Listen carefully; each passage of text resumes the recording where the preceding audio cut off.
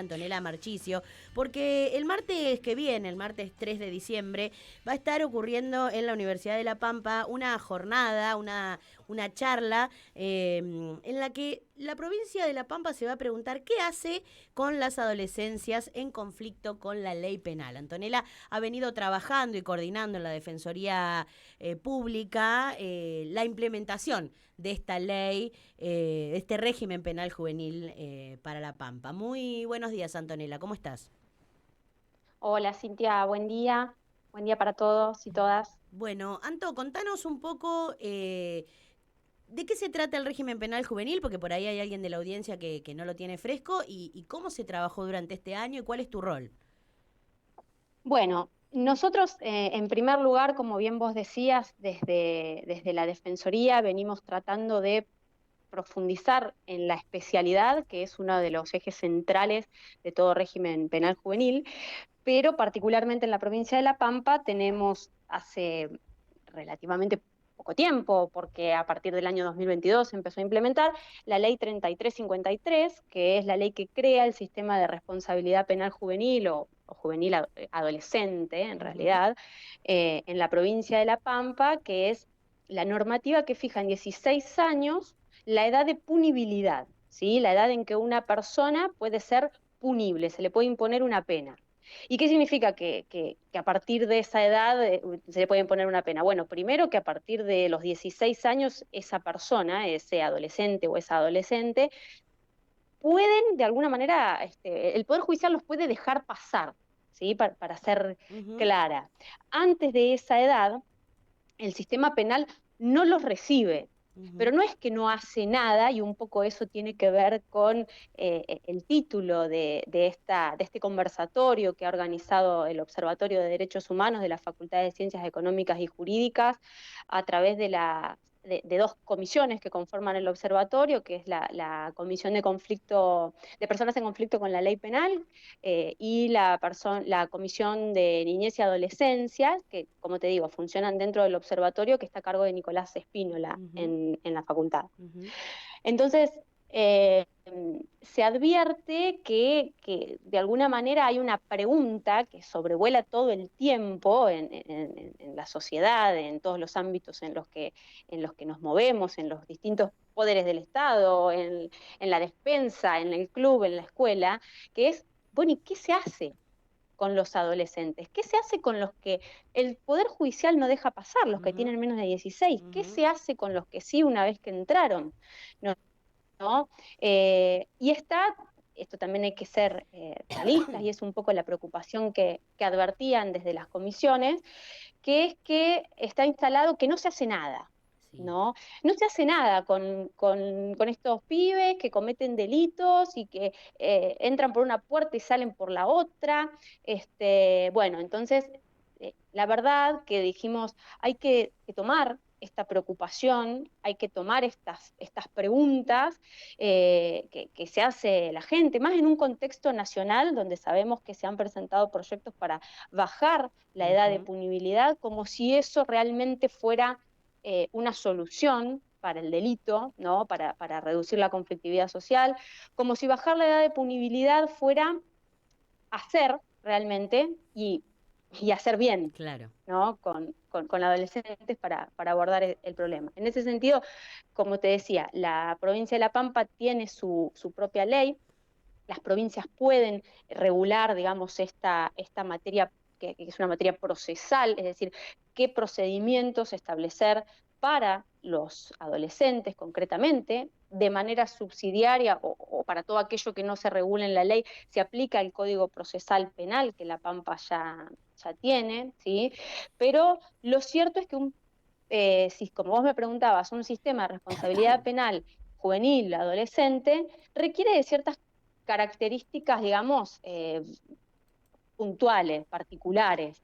En este caso, decimos que es un sistema especial o es un sistema especializado porque precisamente no es el mismo procedimiento que se aplica para los adultos. Lo primero que hay que tener en claro es que el derecho penal de adultos es para adultos y un sistema especializado de justicia juvenil requiere incluso de una dogmática propia y de un procedimiento propio, ¿no? Nosotros lo que vemos es que con estos adolescentes que no ingresan, que la gente se pregunta, bueno, ¿y qué pasa con estos? No es que no se hace nada, porque en paralelo hay un sistema de protección de los derechos de niñas, niños y adolescentes, que también está regulado en La Pampa a través de la ley 2703, que le da a los órganos administrativos, es decir, a través de la Dirección de Niñez Adolescencia del gobierno provincial y de manera descentralizada a través de todos los municipios, que son los que tienen el trabajo territorial, las herramientas y las estrategias para abordar también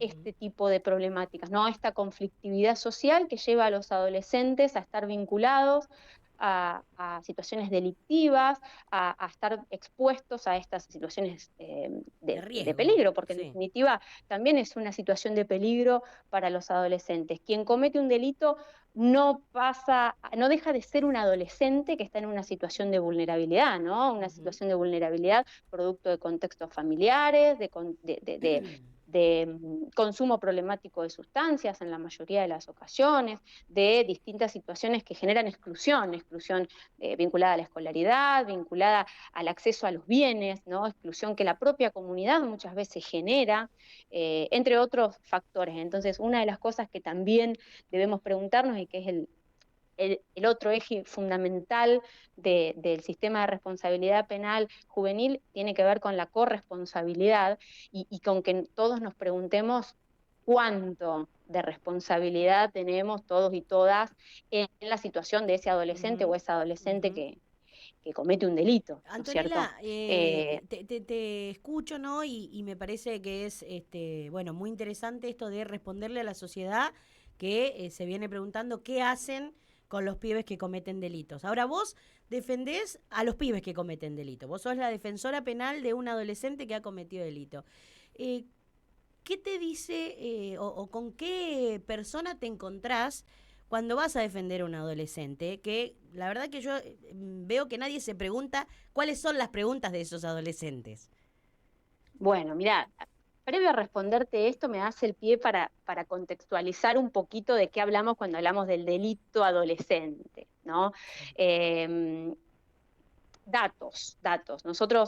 Yo particularmente, que el defensor general me ha asignado a través de una resolución las funciones de coordinación con el resto de las defensorías que funcionan en el ámbito de la primera circunscripción bueno, y se ha ampliado también al resto de la provincia. Hay una coordinación también para la segunda circunscripción, para General Pico y la Ujú, zona, digamos, articulando con el resto de la provincia.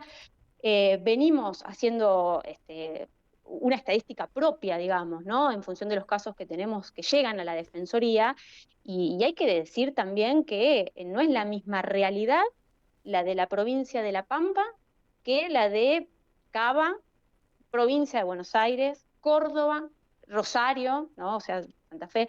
El nivel de conflictividad social, el nivel de fortalecimiento territorial que hay en La Pampa, la cantidad de población que tenemos en La Pampa, incluso entre las distintas circunscripciones, no es el mismo. Nosotros advertimos que entre el 1 de agosto del 2023, que empezó a funcionar la ley 3353, y mayo de 2024, que es más o menos el tiempo que habíamos medido, eh, solamente el 3% de la totalidad de causas que ingresaron en esta circunscripción, la primera ujú. circunscripción, eran causas vinculadas a adolescentes que se presumía que habían cometido un delito.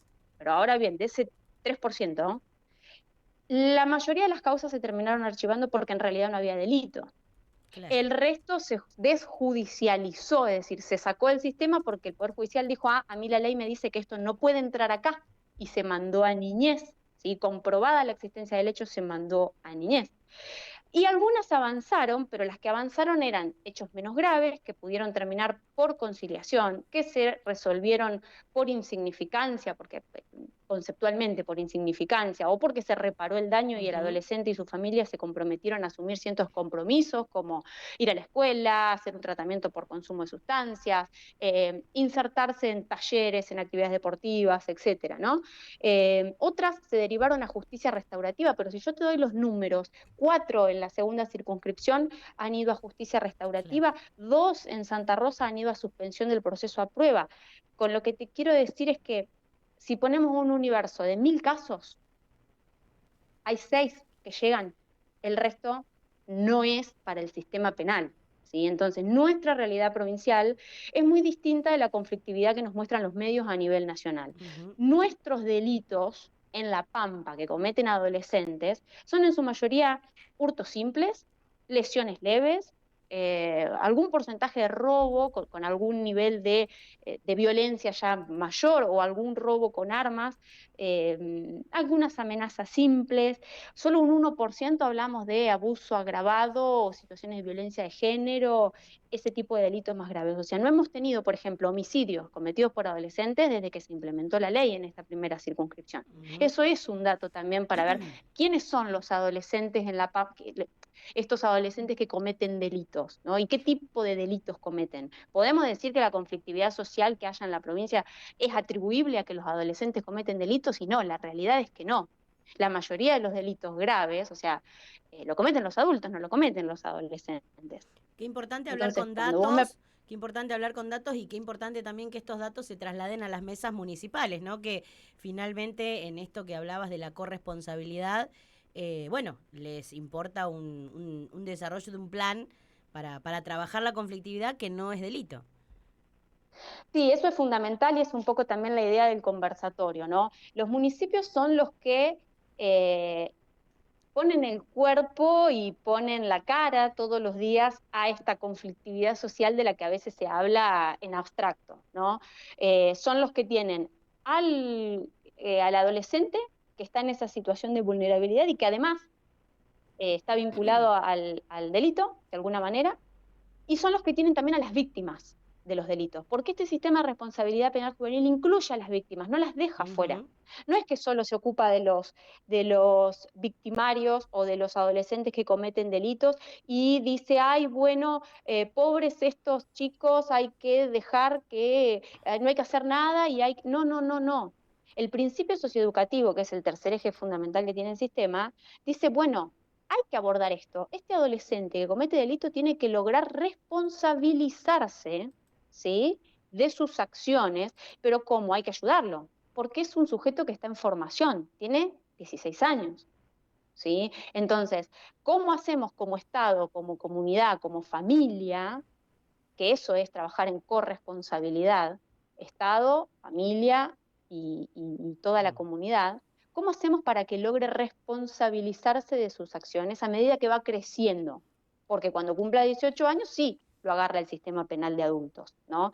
Entonces es fundamental que los municipios puedan empezar a adquirir herramientas para desarrollar estrategias, para armar planes de trabajo, para trabajar articuladamente, interdisciplinarmente, interinstitucionalmente, que es lo que establece un poco la Convención de los Derechos del Niño, ¿no? La Convención nos enseña cómo, nos dice por dónde y cómo lo tenemos que hacer, corresponsabilidad, interinstitucionalidad, interagencialidad, interdisciplina, para construir esas respuestas que tienen que ser distintas porque el sistema es distinto y es distinto porque tiene sujetos distintos, tiene sujetos en formación.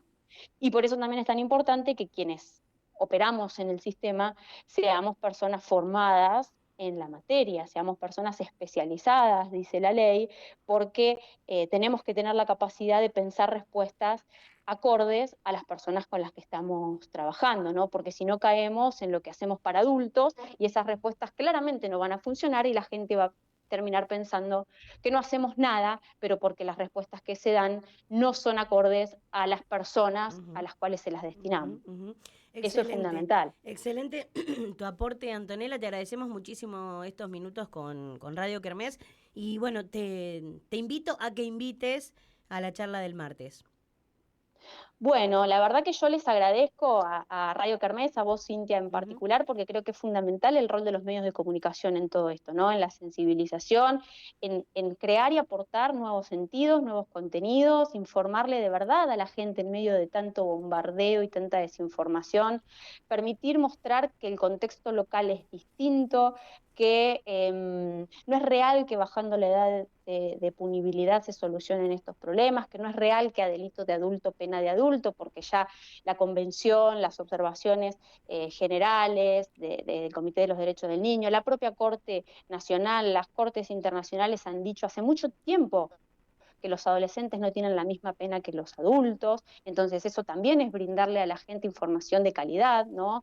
Y es acercarle a la comunidad también información, para que sepan de qué estamos hablando y que todos tenemos un rol y un compromiso, que el Estado somos todos y que en esto nadie puede solo. Entonces, hacer algo es la primera cuestión que nosotros apuntamos con este conversatorio, hacer mucho, que es como el desafío, y hacer pronto también, porque la gente tiene el problema hoy, hay víctimas hoy, los municipios tienen hoy que dar estas respuestas, que atender la demanda social, que abordar la cuestión también desde una mirada de la seguridad ciudadana y desde los derechos humanos, que es lo que impone el nuevo paradigma en materia de seguridad, ¿no? No pensar en que las respuestas sean el encierro, no pensar en sacar del medio a estos adolescentes que son parte de la comunidad, no pensar en el uso de la fuerza, sino en resolución alternativa de los conflictos, no, como te decía, no pensar en darles las mismas respuestas que a los adultos, porque no son adultos, porque están conformando su cerebro,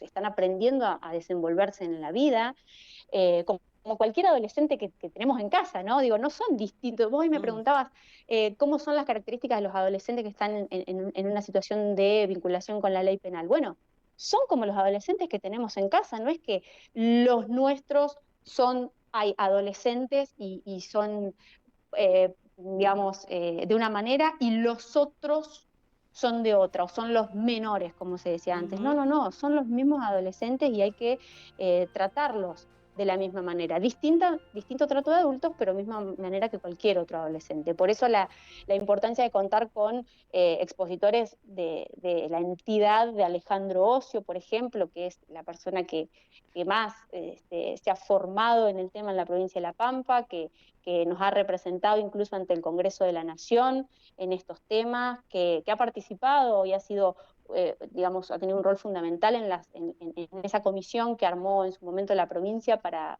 sancionar esta ley, en la implementación de la ley, en la capacitación a los operadores.